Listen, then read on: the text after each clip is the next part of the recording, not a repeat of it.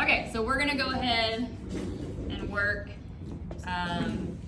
Brachioradialis, Pronator Teres, and then some of the wrist flexors. So you'll warm up the forearm, mostly the anterior side and this kind of lateral side or thumb side, because that's where we're gonna be today. We're really not gonna worry about supinator.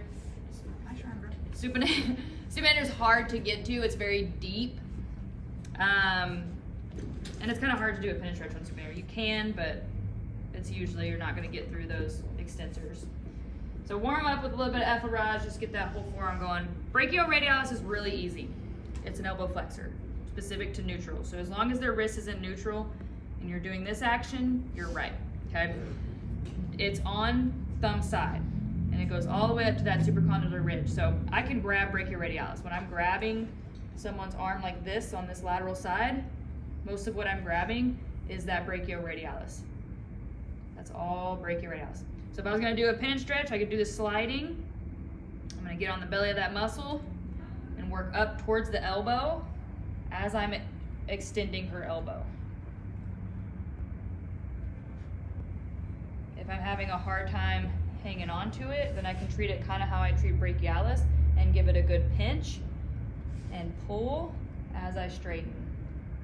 So getting a little bit deeper stretch. Sometimes I'll do this and go all the way up to its origin, which can be a little uncomfortable for people because you're kind of in that antecubital space.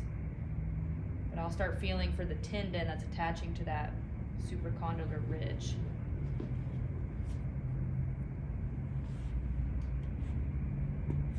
So super simple here. You're just make sure you're just on this lateral aspect or thumb side as you're straightening their arm. Usually people have some good trigger points in it right around the elbow. She's got one right there. Just sit there and hold, do some micro movements. Good, flush it out. Pronator, you're gonna start supinated.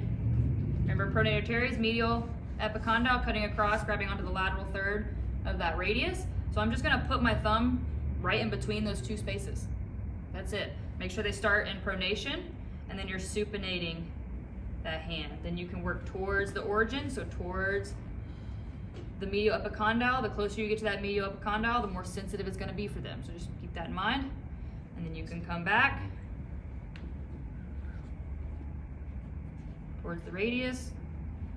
And remember, there's a lot of muscles in this area, so you're gonna be hitting a lot of these flexors as well. There it is. Is there a nerve to watch out for in there? You just don't want to be in the antecubital space. Yeah. The main thing you're going to be on top of is a lot of vessels, but you're probably not going to damage them. But same like up here, you just... Yeah.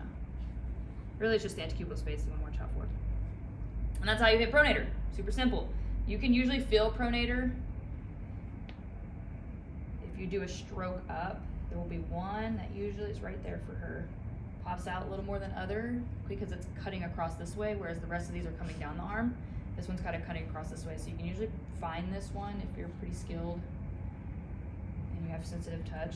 Hers is right there.